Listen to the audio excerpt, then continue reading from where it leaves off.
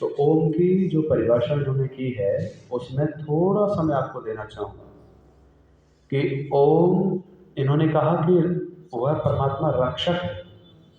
क्यों है रक्षक? परमात्मा रक्षक क्यों है? सर्वरक्षक है। जिस प्रकार से हम दैनिक कार्यों को करते हैं ना, कि उनके बिना रह नहीं सकते, ऐसे ही परमात्मा भी बिना रक्षा के नहीं रह सकता। पर अब रक्षा के जो रूप हैं वो अलग अलग है। एक दुष्ट को सजा देना भी उसकी रक्षा है। जिस प्रकार से हम बच्चे को डांट करके, फटकार करके, पीट करके उसकी रक्षा करते हैं, बुरी चीजों से छुड़ा करके, कि वो बुरी चीजों से दूर हो जाएगा। तो रक्षा का अर्थ यही नहीं है कि कोई हम पर वार कर रहा है तब वो रक्षा करे। रक्षा के बहुत सारे अर्थ हैं। जब जब हम दुर्गुणों में जाते हैं, परमात्मा हमें न्याय के द्वारा, दंड के द्वारा हमें रोकता है, वो भी रक्षा है। और रक्षा अर्थ जो आता है, क्योंकि परमात्मा हर चीज का न्याय करने वाला है, एक एक चीज को। तो जो व्यक्ति हमारे साथ में न्याय करे, हमें ज्ञान प्रदान करे, हमें दया का भाव दिखाए, हमारे अंदर सद प्रेरणा दे, हमारे अंदर ज्ञान का सामर्थ्य पैदा करे, उससे भी हमारी रक्षा होगी। क्योंकि जब हमारे पास ये सारे गुण होंगे तो हम स्वयं अपनी रक्षा करने वाले बन पाएंगे। तो परमात्मा, और ऐसे ही न्यायाधीश को भी परमात्मा का स्वरूप ही मान करके उसे वहां पर स्थापित किया जाता है, और वो भी हमारी रक्षा ही करता है दंड दे करके।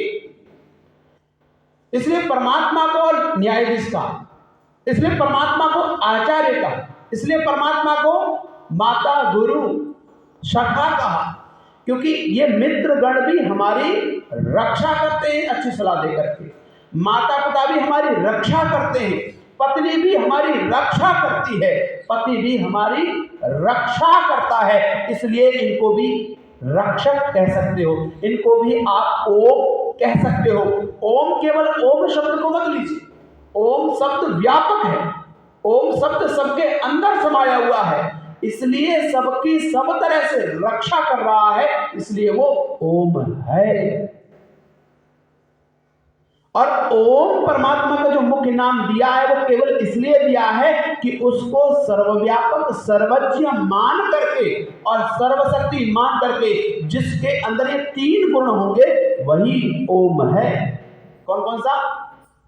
सर्वरक्षक, ठीक है, सर्वव्यापक और सर्वज्ञ कहो, से आप सर्वअंतर्यामी कहो, एक ही बात।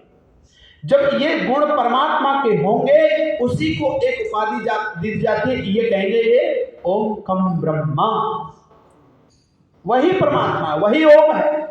तो ये जितने के जितने अर्थ हम दुनिया में देखते हैं, इसलिए महर्षि दयानंद सरस्वती जी ने भाष्य करते समय हर एक मंत्र में ओम डाला, और ओम डाल करके उसका अर्थ हमेशा आप देखिए, ओम के पढ़ के उसमें हर जगह क्या लिखा है?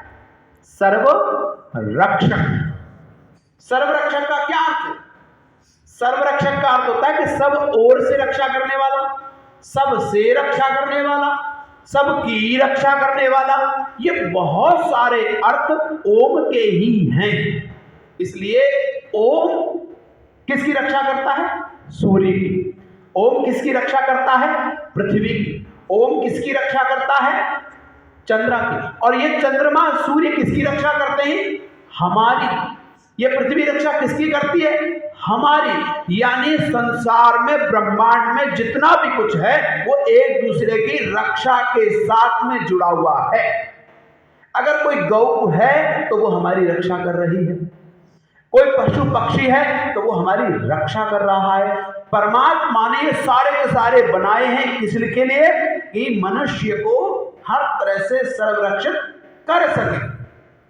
केवल परमात्मा ऐसे रक्षा नहीं करता कि आप संध्या करोगे, ईश्वर उपासना करोगे, केवल वही रक्षा करता है, क्योंकि उसका तो धर्म है, जिसका तो कर्तव्य है। और जब जो कर्तव्य होता है वो उससे दूर नहीं होता। और जब तक हमारा वो कर्तव्य हम मान कर रखते हैं, जैसे हमारा कर्तव्य क्या है, शरीर की सफाई करना, हमारा क्या कर्तव्य है कि हम प्रतिदिन आहार विहार नियम पर करना है, हमारा क्या है कि हमें अपनी जो शरीर की रचना है उसको समझना, उसको समझ करके उनके अनुकूल भोजन आदि का व्यवहार करना, ये सारी क्या है, ये कहीं न कहीं रक्षा कर रही है आपकी सेल्स की, आपकी कोशिकाओं की, आपकी नस नाड़ियों की। ये सब के सब आपका अन्न का दाना भी आपकी क्या कर रहा है, रक्षा कर रहा है। इसलिए अन्न भी क्या है, अन्न को परमात्मा कहा, और अन्न को क्या कहा, अन्न वही प्राण। उपनिषद में कहा है अन्न क्या है, प्राण है, और परमात्मा भी क्या है, प्राणों का भी प्राण है। जो प्राणों का भी प्राण हो वो भी रक्षा करेगा, और जो प्राण है वो भी हमारी रक्षा करता है। इसलिए प्राण को भी क्या कहा, ओम कह दिया।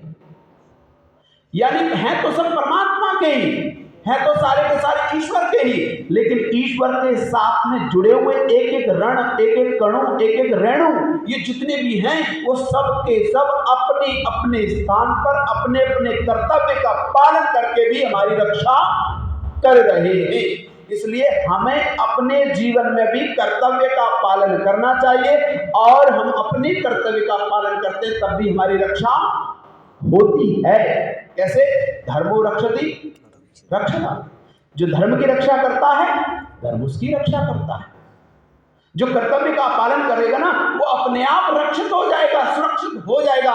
लेकिन केवल ये नहीं कहना हे परमात्मा आप सर्वरक्षक है, हे परमात्मा आप सर्वरक्षक है, केवल परमात्मा को रक्षक रक्षक मान करके आपके साथ में जो जुड़ा हुआ है उसे आप भूल न जाए।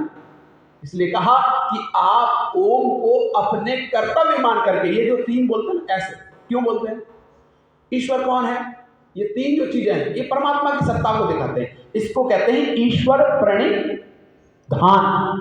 इसमें कहा, कहां कहा है, अष्टांग योग में कहा है, क्या कहा है, ईश्वर प्रणिधान। ईश्वर क्या है, ईश्वर के साथ में जो व्यक्ति कनेक्ट है 24 घंटे, और भी कहीं ज्यादा घंटे हो वहां भी, ये जो घंटे के साथ जुड़ा हुआ वो क्या कह रहा है कि परमात्मा सर्वरक्षक है, या सर्वज्ञ है, सर्वव्यापक है और सर्वशक्तिमान है। इन तीनों का भाव है। इन उंगलियों को जब भी आप ऐसे करोगे तो आपके मन में क्या आएगा, ईश्वर क्या है, सर्वज्ञ, सर्वव्यापक और सर्वशक्तिमान। जो तीनों होगा वही रक्षा कर सकता है। इसलिए हम जब भी कहते हैं ना कि योग मुद्रा करिए, ये योग मुद्रा ईश्वर से जोड़ने वाली मुद्रा है। जब भी आप करते हैं आपके मन में तीनों के गुण आ जाएंगे कि ईश्वर सर्वज्ञ है, सर्वव्यापक है, सर्वशक्तिमान है, उसी की हमें उपासना करनी चाहिए। और जब हम इसके भाव में आते हैं तब आपको ईश्वर का जो ओम का जप है वो आपकी सांस के द्वारा लेते और छोड़ते समय दोनों समय आपके मन से ओम चलता ही रहता है। उसी को कहते हैं ईश्वर प्रणिधान। इसलिए तस्य वाचकः प्रणवः, परमात्मा का नाम प्रणव क्यों है, तस्य वाचकः प्रणवः। प्रणव कहते हैं ओम को, किसको कहते हैं, ओम को, प्रणव ध्वनि कहते हैं ना, प्रणव ध्वनि। हाँ, तो क्या है, ये योग दर्शन में कहा तस्य वाचकः प्रणवः, जिसका वाचक ओम है वही ईश्वर है। इसलिए हमें उसको जानना चाहिए, उसकी रक्षा के भावों को जानना चाहिए।